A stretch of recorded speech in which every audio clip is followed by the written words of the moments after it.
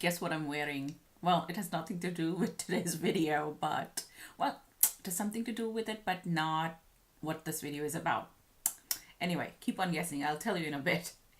Anyways, I'm finally recording, I think, the video that I'm going to share with you guys. This is the hack video that I mentioned in my Shop Missy haul. And yep, this is like the 5th or the 6th time that I'm recording this.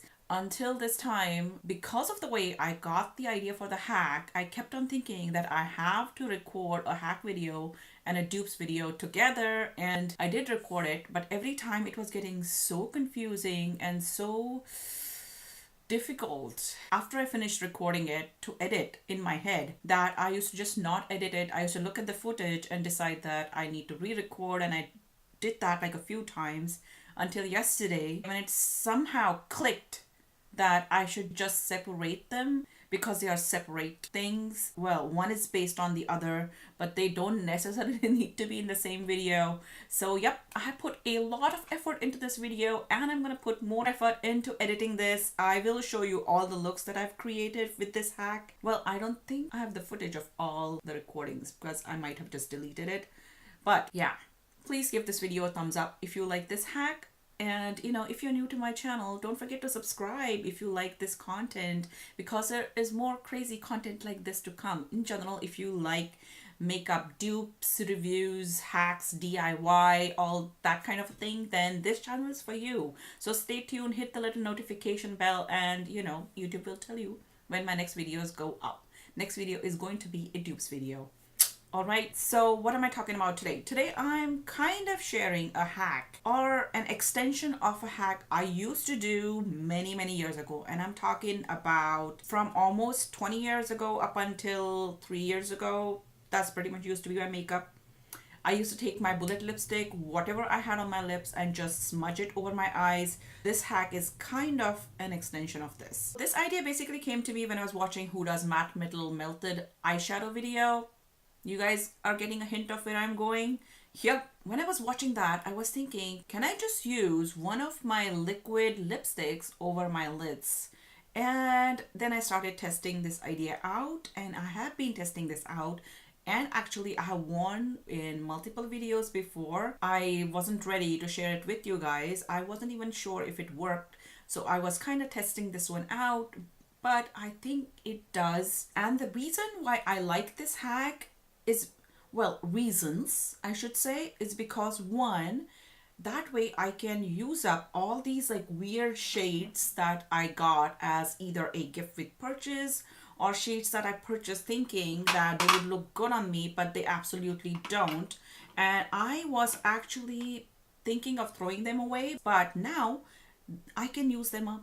I love metallic lipsticks, but I hardly ever find an occasion where it is appropriate to wear super metallic lipstick.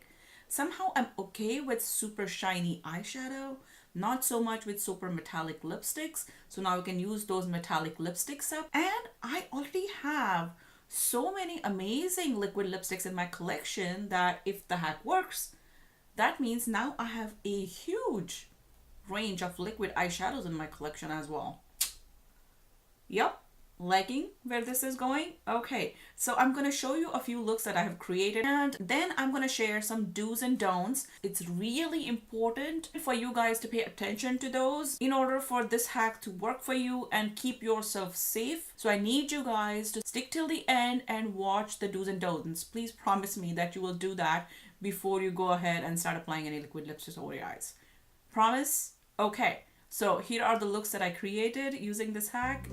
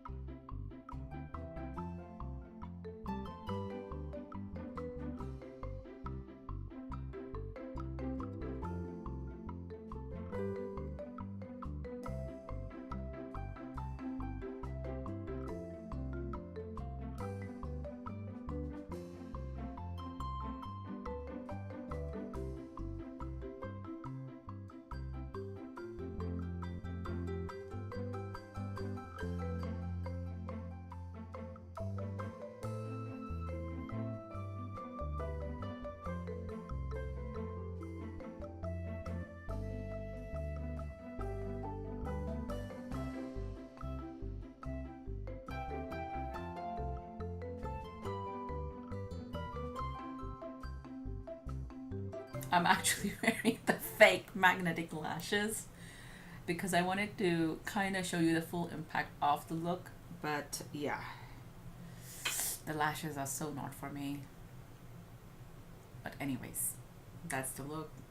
I absolutely love the way it looks, and I wish I could carry these fake lashes, but I don't think I can. Yeah, so I am wearing fake eyelashes. I seem to have figured out one of the magnetic eyelashes and how to put them on. However, this eyelash is kind of dipping right there and it's making my eye water. So I'm going to take them off and let's get into do's and don'ts.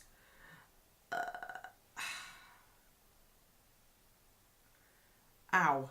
Okay, so much better. My eyelashes look so much smaller, though I'm very sure they're not. But I felt like I needed to put these on to show you guys the full potential of this look. And as I said, when I'm wearing over the top looks, I wish my lashes were a little bit longer. Anyways, let's get into the do's and don'ts. So the very first point is always test out the lipsticks that you're going to use on the back of your hand. Let it dry completely and then wipe it off with a makeup wipe. There are multiple reasons for that. Number one, you will be able to see how a lipstick applies and blends out and looks on the back of your hand. For example, this one looks like super bright in the tube, and if I apply it over my lips, because my lips are more reddish as compared to my complexion, it looks very, very bright, and I usually use a thick coat right over my lips, whereas when I blend it out, you can see that the color gets a little bit more muted and a little bit more pinkish as compared to what's in here. I don't know if it's picking up on camera or not. This color is almost like slightly fluorescent, and that's what I don't like about it as a lipstick.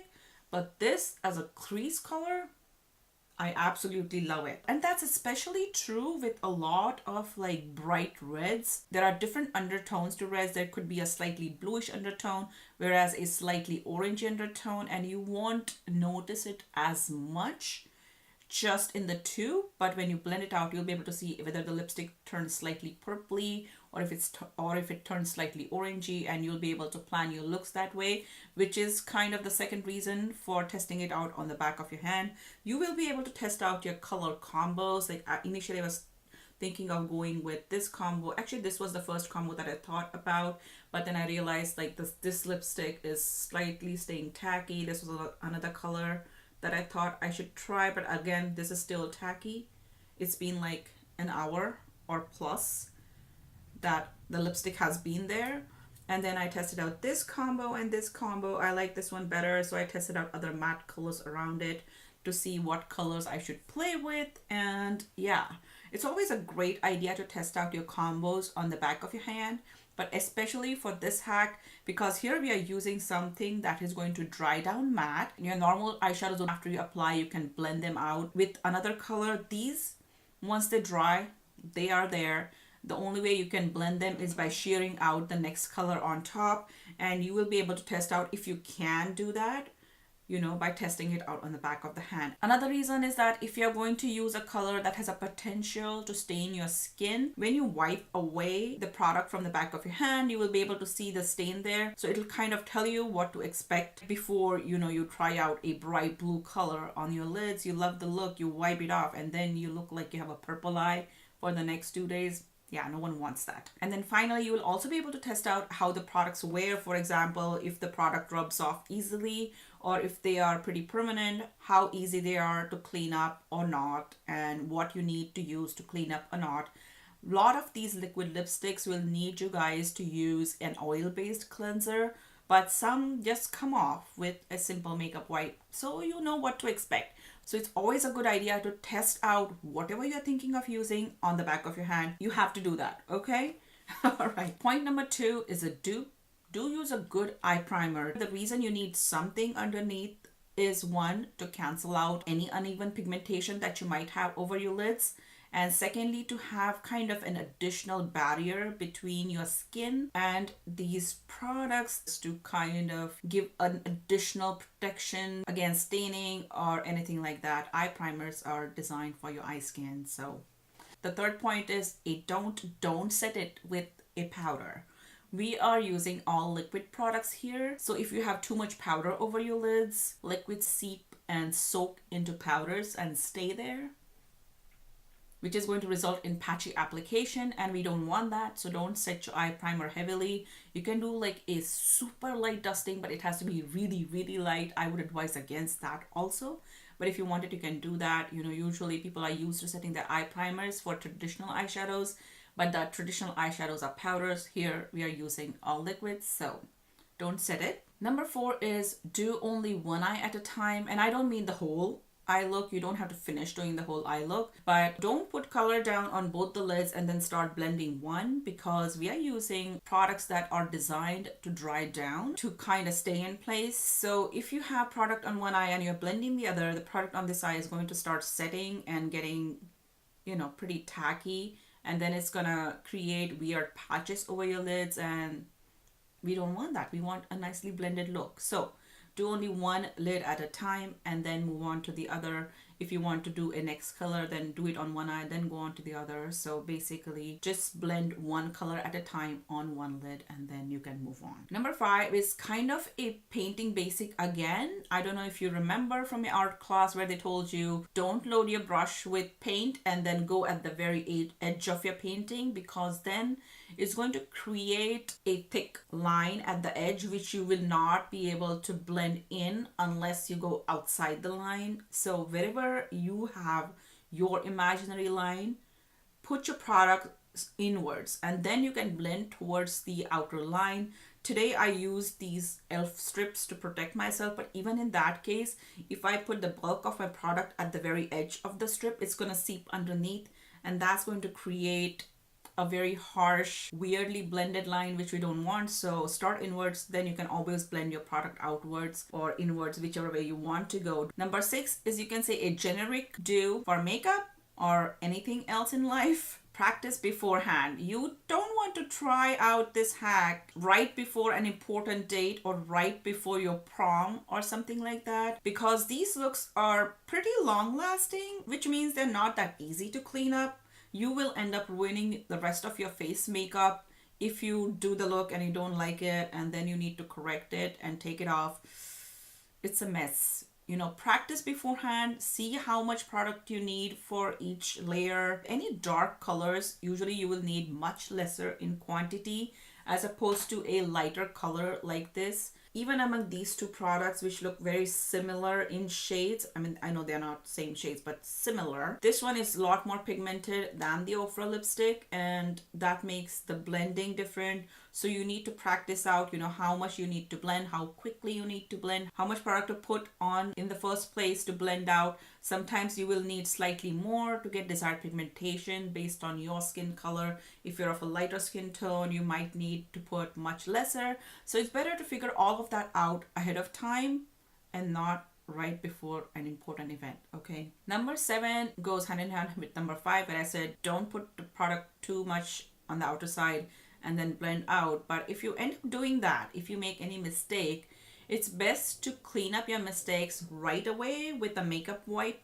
or with a Q-tip dipped in makeup remover, because again, these are matte lipsticks. These are going to dry down matte and difficult to remove. They don't come off like nicely like eyeshadows do. To clean up after the product has dried, it'll be best to just use either your foundation or concealer to clean up the line. Of course, the product is still going to be down there. So if the product is like much darker in color, I would say definitely clean up as soon as possible. As soon as you notice that, you know, this is not what I want, it gets very difficult to clean up, especially like the shimmers. They are very, very difficult to clean up once they start to dry. Now, next few points are kind of have to do with what kind of lipsticks you can use. They are very, very important, so please pay attention. First of all, don't use lipsticks that are super hard to remove from your lips. For example, these Maybelline Super Stay Inks or even the L'Oreal Infallible Pro Matte Liquid Lipsticks. These guys are designed to stay on your lips, and I have noticed that when I have them on, I have to almost scrub my lips a little bit to get all the product off, And I absolutely don't want that for the delicate skin of the eyelid, right? I like lipsticks like Ofra's or NYX's. They are not as hard to remove unless you like violently rub your eyes. These lipsticks are not going anywhere. So that way I like that they are pigmented, they blend out easily, yet they're easier to remove afterward. Next point is, don't use anything that says plumping on it. If it says plumping, that means there is an ingredient that is designed to irritate your skin. Whenever something irritates the skin of your lips, of course, your body sends more blood to that location that causes the plumping. Now, you don't want plumped up eyelids, neither do you want irritated eyelids. So don't use anything if it mentions plumping, volumizing, or anything like that on it. Just stay away from that.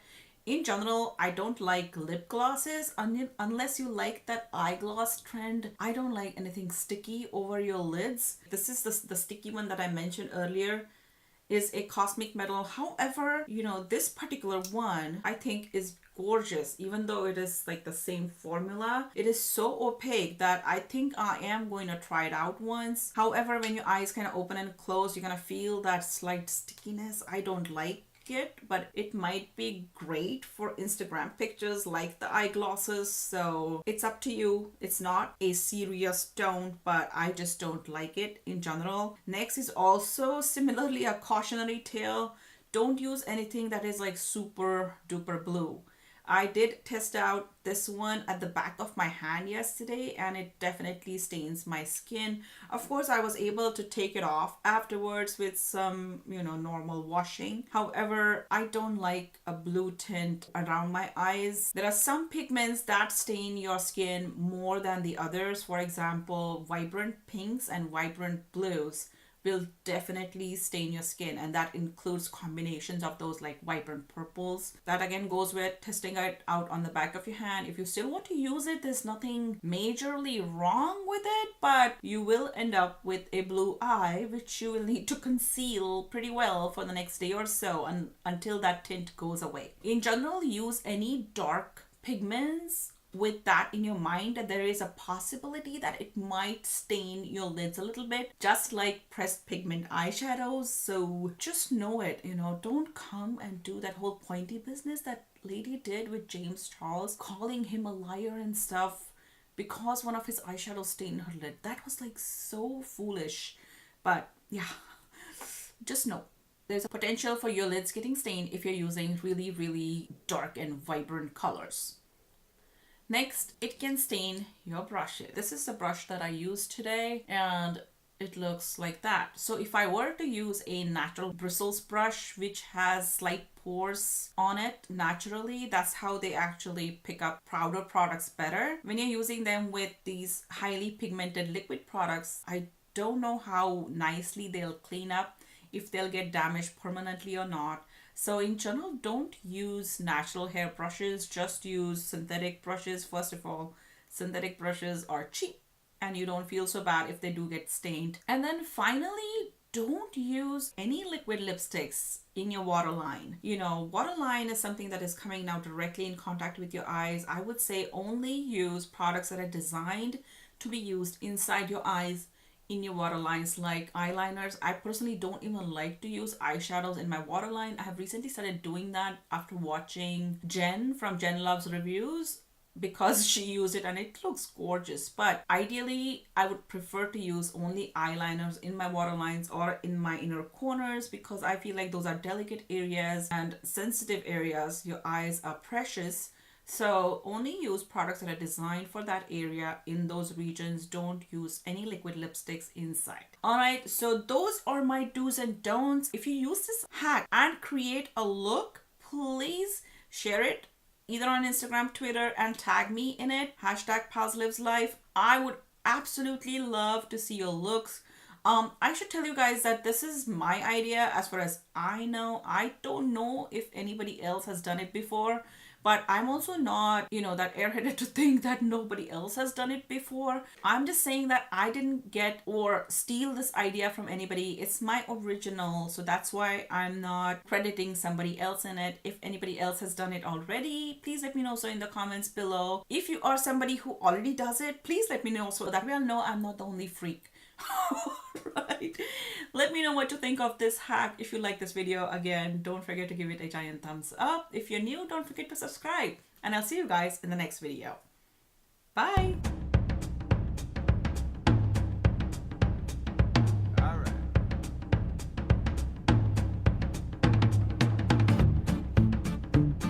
right.